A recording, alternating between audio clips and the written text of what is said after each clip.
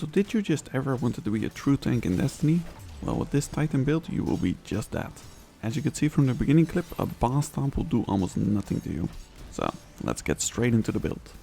It all starts with the exotic gauntlets Icefall Mantle, with its exotic perk Glacial Guard. Replace your barricade ability with a personal overshield. When you activate your barricade, you create a burst around yourself that slows combatants. While you have the overshield, you are slowed and your barricade does not recharge. So this overshield is very strong and works with any subclass. However, it will not stack with the overshield granted from the melee ability Defensive Strike from Top 3 Sentinel. I wish it did, cause that would be insane strong, but I guess that's why it doesn't work. You can get these gauntlets from the Legend or Master Lost sector whenever it says exotic gauntlets when solo. Pretty easy to do if you are at Legend level power level. As to how strong this overshield is, I went to Randalf's brother Randalf to test this. Without an overshield and with 30 resilience, Randalf takes about 7 shots to kill you. With the overshield from Icefall Mantle, Randalf takes a whopping 16 shots to kill you. That's already pretty tanky, but of course, we want more. Speaking of wanting more, if you're enjoying this build, then leave a like, since this will help this video reach more Guardians. And if you want more builds like this one, then subscribe. Okay, so back to making this build stronger. This season's artifact has a mod called Passive Guard. Receive less damage from combatants that are close to you while you're wielding a sword. This mod combined with the overshield from Icefall Mantle is what makes you such a tank. So of course, for this mod to work, you do need to have a sword as your heavy. But when a boss, his stomps do nothing to you, then you can dish out insane DPS while wielding said sword, making it a perfect DPS option. Also, this season's artifact has Disrupting Blade as a mod, so that makes it perfect for dealing with overload champions. But that brings me to the negatives of Icefall Mantle, because you will be slowed when you have the overshield, meaning you can't jump, slide or sprint, so this will hinder your movement a lot. But for this, the sword comes in handy too, because you can jump and sword swing to get around faster. Of course this will cost sword ammo, but sometimes that's just worth it. But don't we happen to have a subclass that gives Titans more movement? Yes we do. That brings me to the subclass we will be using for this build. Our one and only stasis subclass, Behemoth. With this subclass you have multiple great things working in synergy. First we have our melee ability Shiver Strike. With this we have a powerful dash at our disposal even while we have our overshield. Then we want the Duskfield Grenade as our grenade option. Why this one and not Glacier Grenade, you ask? Well, that's because when you pop the overshield from Icefall Mantle, you also give out a burst of slowed stasis damage. Together with the Duskfield Grenade, you will instantly freeze all targets around you as soon as you pop your overshield. So the wombo combo here is to first throw your Duskfield Grenade at the target you want to hit, or targets. Then pop your overshield right next to that target that is affected by your grenade. Then in turn will then freeze and stun the targets, making it perfect for you to whip out that sword and start DPSing your targets. Little tip here, when you are activating your overshield you can equip your sword during the animation, so that saves a little bit of time.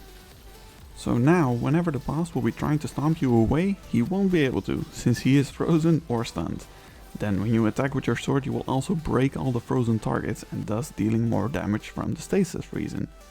Also, you want to make sure you have the stasis fragment Whisper of Hedrons on. Gain a bonus to weapon damage after freezing a target with stasis. That's a free 25% damage boost for 10 seconds with any weapon.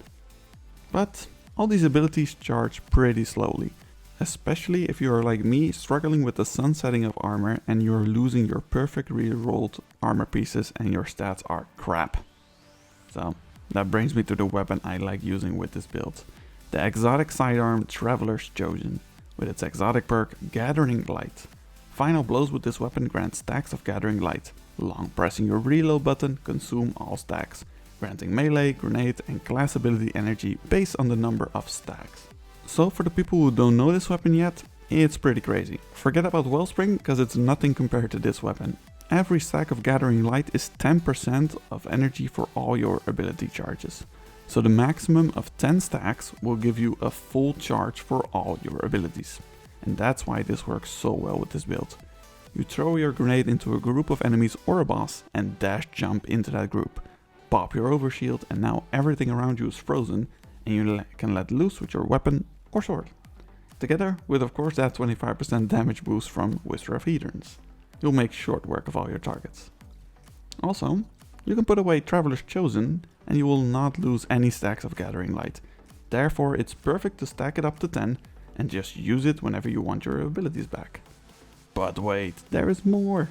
Traveler's Chosen also has the perk Gift of the Traveler, so each stack of Gathering Light will improve your reload, handling and target acquisition, making this sidearm feel so damn good at 10 times. But where do I get this sidearm? Well, it's in the exotic archive at the tower. Okay, so then we turn to the mods to make this build even stronger. As always, you don't need these mods, so if you don't have them, then run whatever mods you would prefer.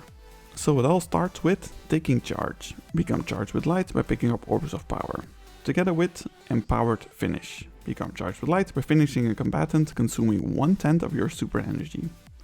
And then I pair these with supercharged. You can have 2 additional stacks of charged with light. So then we can have a total of 4 stacks. And then to reach these 4 stacks a little bit faster, I also run stacks on stacks. Gain an extra stack of charged with light for every stack you gain. With these 4, it's very easy to get charged with light. If you have a Masterwork special or sword, you will create orbs of power with ease. But even if you struggle, you can easily finish the target and get 2 charges that way. But then, we need a mod to spend these charges. Well, we are running a sword, so what else can it be than Loosened Blade, right? While charged with light, dealing damage with a sword gives you a bonus to sword damage for 5 seconds, consuming 1 stack of charged with light. With a secondary perk, greatly increases the charge rate for your equipped swords. So this mod is all for dishing out crazy sword damage, and that's exactly what we need, since they keep nerfing swords. But maybe you want more survivability. Then I can recommend switching out Loosened Blade for Protective Light. While charged with light, you gain significant damage resistance against combatants when your shields are destroyed. This effect consumes all stacks of charged with light. The more stacks consumed, the longer the damage resistance lasts. This damage resistance is insane and pairs very well with passive guard, making you virtually unkillable. Unless a drop pod lands on your head, of course. In the background, I'll have a quick overview of how I have everything set up. And that's it, your build. If you have suggestions or maybe ideas on making this build stronger, then make sure to leave them in the comments down below and let's get a conversation started. Then I thank you for watching and I hope you have an awesome day. And I will see you on the flip side.